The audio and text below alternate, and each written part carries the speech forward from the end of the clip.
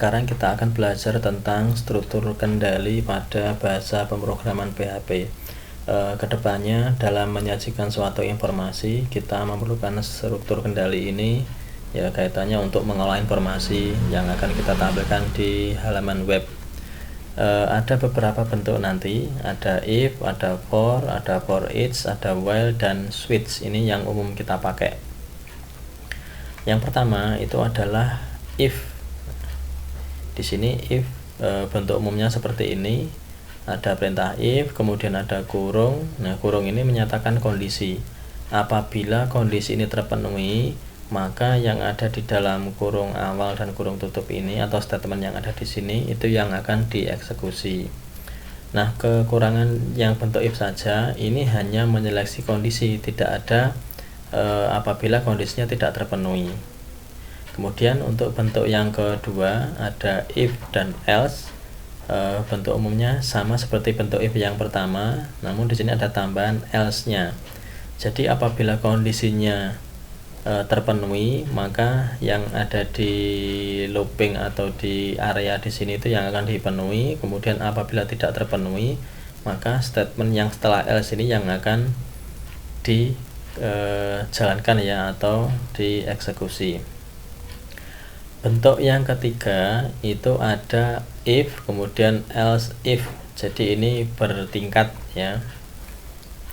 Nah, perbedaannya di kondisi yang kedua ini, jadi tidak selesai di kondisi yang tidak terpenuhi, namun di sini disyaratkan lagi. Jadi ada dua syarat pengondisian.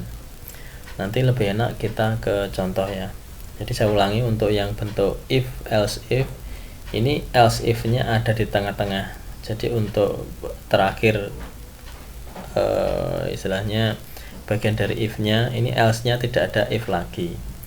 Jadi saya ulangi, untuk kondisi 1 apabila terpenuhi, maka statement ini yang akan dijalankan. Apabila tidak, maka larinya ke sini. Nah, di sini ada filter lagi, ada ngecek kondisi lagi. Apabila terpenuhi, maka ini yang akan dijalankan. Jika tidak, larinya ke sini. Nah, secara umum bentuk if tadi kita contohkan seperti ini ya. Untuk bentuk yang pertama, saya punya variabel namanya nilai, saya isi 10, kemudian di baris 6 sampai ke 8 ini saya terapkan if dengan kondisi jika nilai kurang dari 60 maka dinyatakan misalnya tidak lulus. Nah, kalau kita jalankan hasilnya seperti ini ya. Oke. Nah, bentuk yang kedua kita berikan pembanding nanti. Jadi ada else-nya. Kalau yang baris 6 sampai ke 8 itu hanya if saja. Nah, sekarang bentuk if else-nya ini Anda lihat di baris 13 sampai ke 18 ya. Ini misalnya saya buat contoh seperti ini. Nah, ini saya buat sama saja 60 ya. Maka yang terjadi adalah harusnya sama, tidak lulus. Nah, kalau misalnya ini saya isi 70 begitu ya, kalau di bentuk yang pertama ini mungkin tidak tampil nanti. Nah, karena tidak ada proses sama sekali, yang artinya adalah jika ini tidak terpenuhi ya dia langsung ke baris ke-9 dan seterusnya ya, ke baris selanjutnya, yang mana nilai yang berisi 70 ini tidak terpenuhi di sini. Tapi kalau dibentuk if else ini ya, apabila nilai yang kita masukkan tadi itu 70, maka di sini kan tidak terpenuhi.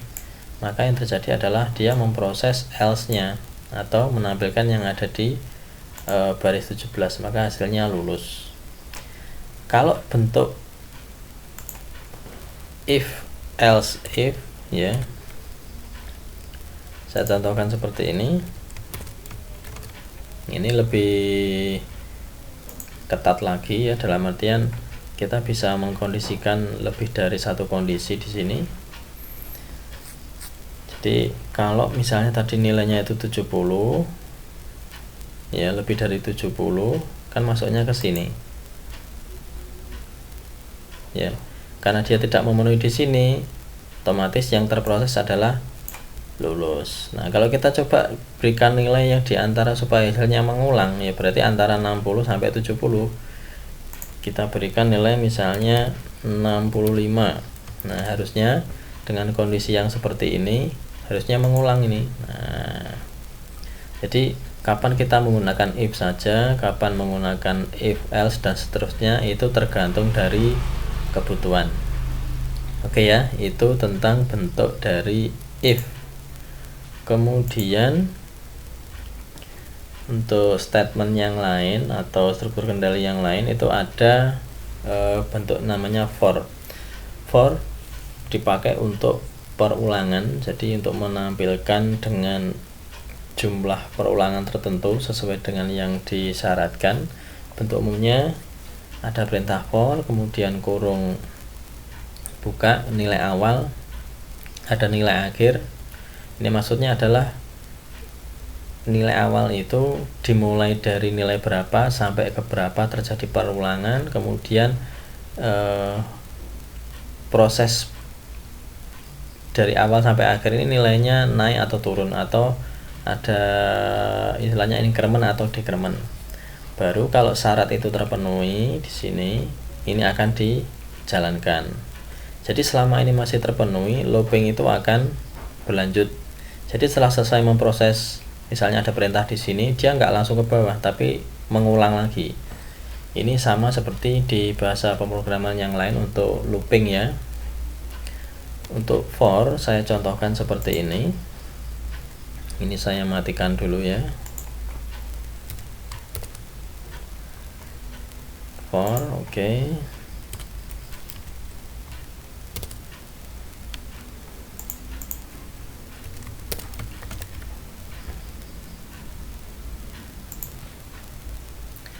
Saya refresh. Nah, kalau Anda lihat di sini nilai awal itu adalah 1, dimana ini saya taruh di variabel i. Kemudian nilai akhirnya selama variabel i itu kurang dari sama dengan 10, maka proses looping atau perintah yang ada di antara kurung buka dan kurung tutup ini akan diproses. Nah, di sini selama i kurang dari sama dengan 10 dan i setiap kali looping nilainya bertambah, ini menampilkan nilai dari i. Nah, kalau kita berikan tambahan seperti ini untuk pindah baris begitu ya, maka dia akan tersusun. Ini maknanya adalah ketika mulai di menjalankan di baris 34, ini membaca sekarang nilainya 1. Nah, nilai 1 ini masih memenuhi di sini ya. Ditampilkan baru ditambah. Sekarang nilainya 2. 2 masih memenuhi karena 2 kurang dari 10. Tampil nilainya 2 di sini karena echo nilai variabel i. Kemudian setelah terjadi perulangan itu ada increment, nambah ya. Sekarang nilainya 3. Karena 3 di sini masih memenuhi, maka proses looping tetap jalan dan seterusnya sampai 10. Itu yang contoh untuk increment. Nah, kalau decrement berarti nilainya kita balik. Dimulai dari i dan selama i lebih besar daripada 1 dan ini harus di increment. Nah, yang terjadi adalah sekarang nilainya karena decrement itu dari besar ke kecil. Anda lihat 10 nanti nilainya ditampilkan, baru kemudian dikurangi. Karena dikurangi itu masih nilainya 9 ya. Ya, awalnya 10 kita kurangi jadi 9. Karena 9 masih memenuhi syarat yaitu lebih besar atau sama dengan 1, maka perintah yang ada di baris 35 itu akan terus dijalankan.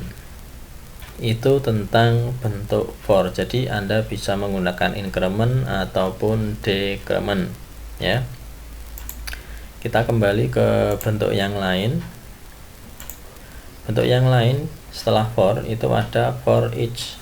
Nah, For each itu lebih banyak dipakai untuk menampilkan data dari array secara otomatis atau secara berulang, sehingga kita tidak memerlukan indeksnya atau apa. Yang penting dari array itu langsung kita for each, kemudian ada dua contoh pemanggilan dari misalnya hanya array yang hanya memiliki nilai satu dimensi.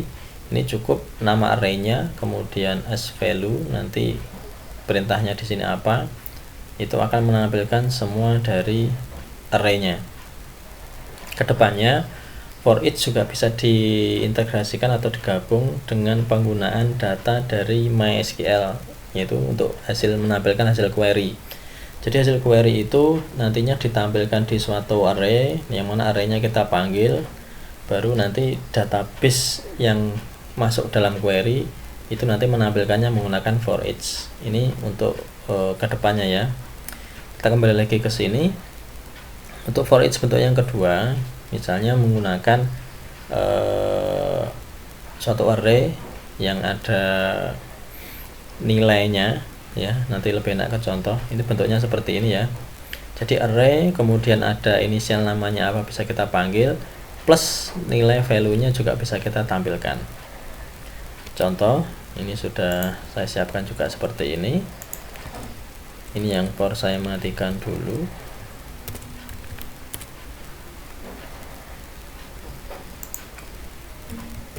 Oke.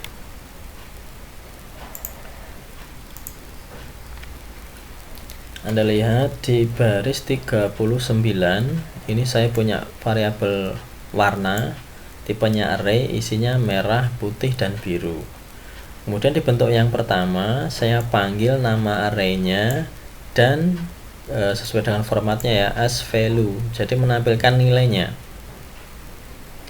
Value ini tidak harus value namanya, ada bebas, yang penting ini nanti akan tersimpan sebagai perintah untuk menampilkan. Misalnya kalau di sini value ya saya panggil value. Yang terjadi adalah di baris 41 itu terjadi pengulangan sebanyak jumlah array. Hasilnya Anda lihat merah, putih, biru ya. Kalau saya tambahkan satu nilai lagi, misalnya hitam, nah yang terjadi adalah semua value atau nilai yang ada di dalam array akan ditampilkan selama kalau kita menggunakan for each. Bisa dipahami ya. Nah, kemudian bentuk yang kedua, kalau ini yang saya katakan tadi nama kemudian ada nilainya. Nah, ini contoh saya punya 3 umur misalnya begitu ya. Arya umurnya 20, Beta umurnya 21, Charlie 22. Ketika ingin menampilkan, nah, nama variabelnya saya panggil, kemudian ini adalah inisialnya, terus nama atau kita berikan satu variabel untuk menampilkan atau menaruhnya ya, misalnya value. Nah, berarti yang kita panggil adalah nanti inisialnya kemudian nilainya. Di baris 46 ini juga terjadi pengulangan sejumlah isi dari array umur. Nah, hasilnya ini Arya 20, Beta 21, dan seterusnya. Ya, demikian juga kalau kita nambah di sini, otomatis dia nanti juga akan nambah. Itu bentuk dari for each. Ya, mudah-mudahan bisa dipahami ya. Saya kira gampang ini. Selanjutnya ada while. While juga sama. Ini hanya bentuk saja. Tetap dia nanti akan menghasilkan suatu perulangan dengan kondisi tertentu. Contohnya seperti ini.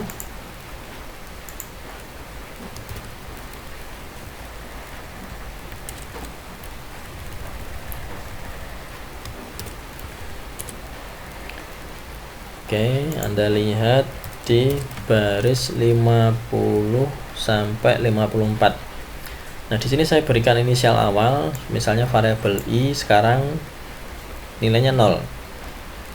Jika ya, cara membacanya jika atau selama variabel i itu kurang dari 10, maka di antara kurung ini itu akan proses ya. Jika tidak atau tidak terpenuhi, dia langsung lompat ke baris selanjutnya.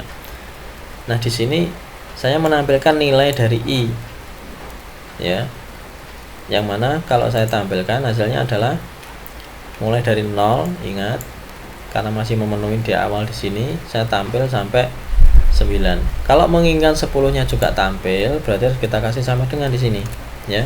Sama seperti Alpro sebenarnya ini. Nah, di baris 53 itu fungsinya adalah sebagai increment-nya. Karena nanti kalau tidak kita berikan ini, maka nilainya akan terus di bawah atau di bawah dari 10 ya, karena tidak ada penjumlahan, karena nilainya kan awal. Nah, sekarang coba kita matikan atau kita beri remark begitu. Yang terjadi adalah dia muter terus. Nah, capek dia nanti ya. Oke, kita stop dulu. Di sini juga bisa berlaku decrement. Kalau increment dia plus, increment juga bisa ya. Saya kira gampang, Anda tinggal ngotak-atik saja. Terus bentuk selanjutnya yaitu ada switch. Nah, switch ini lebih kompleks. Nanti ini lebih banyak untuk filter, menyaring suatu kondisi di mana dengan beberapa syarat. Nah, bentuknya seperti ini, ada perintah switch, kondisi yang mau diseleksi apa. Nah, di sini case ini juga syaratnya apa, biasanya berlaku perbandingan, kemudian dan sejenisnya, misalnya nilainya kurang dari berapa atau kondisinya yang bagaimana, sama dengankah dan lain-lain begitu ya.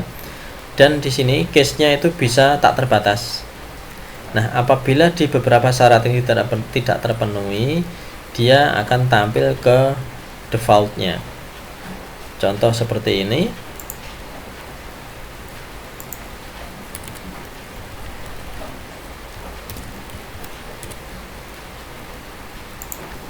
Sama seperti tadi di atas ada if else if ya, namun di sini nanti lebih enak, lebih terstruktur ya. Kalau if else if nanti panjang bingung biasanya. Nah, misalnya nilai saya berikan 45 ya. Kemudian yang mau kita saring adalah atau dites kondisinya adalah nilai. Anda lihat satu blok pertama untuk kondisi, jika kondisinya nilai kurang dari 60 maka tidak lulus. Kondisi yang kedua, jika nilai kurang dari 70. Kalau misalnya di sini tidak terpenuhi, dia langsung lari ke baris 63. Nah, kalau di beberapa kondisi ini tidak terpenuhi, dia akan menjalankan default-nya. Kalau seperti ini hasilnya adalah tidak lulus. Kenapa? Karena di sini sudah memenuhi kondisinya. Nah, kondisinya kalau sekarang kita isi 65, yang terjadi adalah mengulang ya, karena di sini 65 ternyata lebih besar dari 60, tidak masuk di sini. Nah, demikian juga kalau kita berikan nilai yang mana di kondisi 1 dan kondisi 2-nya tidak terpenuhi, dia memproses yang default-nya. Ya, demikian macam-macam dari struktur kendali, mudah-mudahan bisa dipahami. Nanti bagi yang belum paham silakan diulang lagi videonya dan kita bisa bahas kalau ketemu ya, kalau ada kesulitan.